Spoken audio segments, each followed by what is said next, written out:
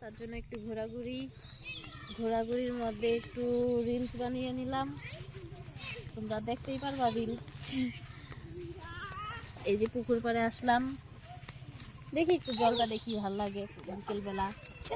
দেখছো কিরকম পাজি, শুধু মারামারি করে আমাকে, শুধু মারে, খালি মারে। দেখি দেখি ঘামে গেছিস তো, ইস কি দৌড়াদৌড়ি খেলতেছে, ঘামে লাল হয়ে গেছে।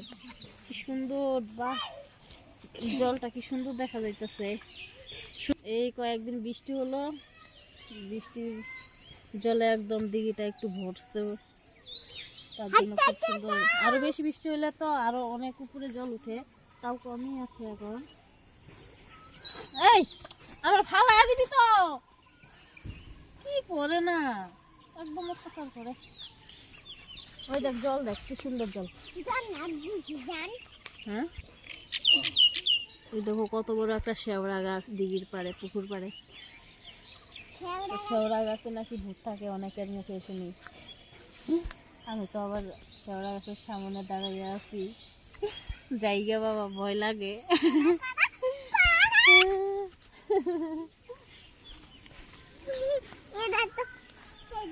ঠাকুর আছে না এখানে,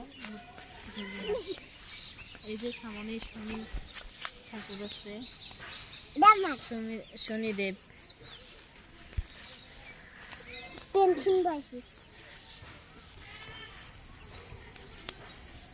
দেখো না কি দুষ্টামি করে। এই দেখো কালকার শালিকটাই, প্রতিদিন এই জায়গায় শালিকটা আসে বিকেল করে, এসে এসে এই যে ফিটা ফিটা খাবার খায়। আজকেও এসে বসছে।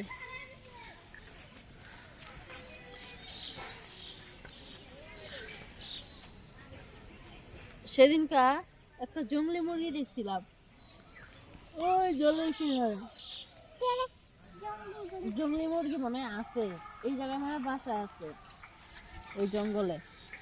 পুকুর পাড়ে জলের কিনা দিয়ে হাঁটতেছে, আর একটু পরে পরে একটু জল খায়, আবার দুধ দিয়ে জঙ্গলে ঢুকে যায়, আবার আসে, আবার জঙ্গলে ঢুকে যায়। ওই দেখো তো ওইদিকে, ওইটা কি দেখা যায়, ওইদিকে ক্যামেরায় দেখা যাবো না। বেলা ডুবে গেছে, বাড়ি চলে যাই। এখন যাই আবার ফার্মে কাজ করতে হবে, মুরগিকে জল টল দিতে হবে, তার জন্য যাই, তাড়াতাড়ি দেরি করে লাভ নাই। সন্ধ্যায় সন্ধ্যায় জল দিয়া বাড়িয়া পড়ি, জল টল দিয়া এসে আবার স্নান করবো। এত গরমের মধ্যে চান না করে থাকা যায় না, একবার তো করছি স্নান, পরে আবার চা বানাবো, সন্ধ্যাবেলা চা খাবো সবাই মিলে। না বাবা টানে না,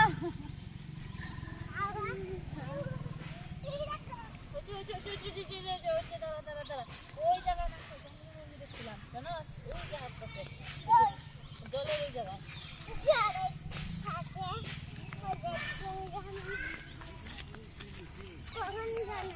পুকুর পাড় থেকে নামতেছিল, অনেক উঁচুর থেকে নামতেছিল।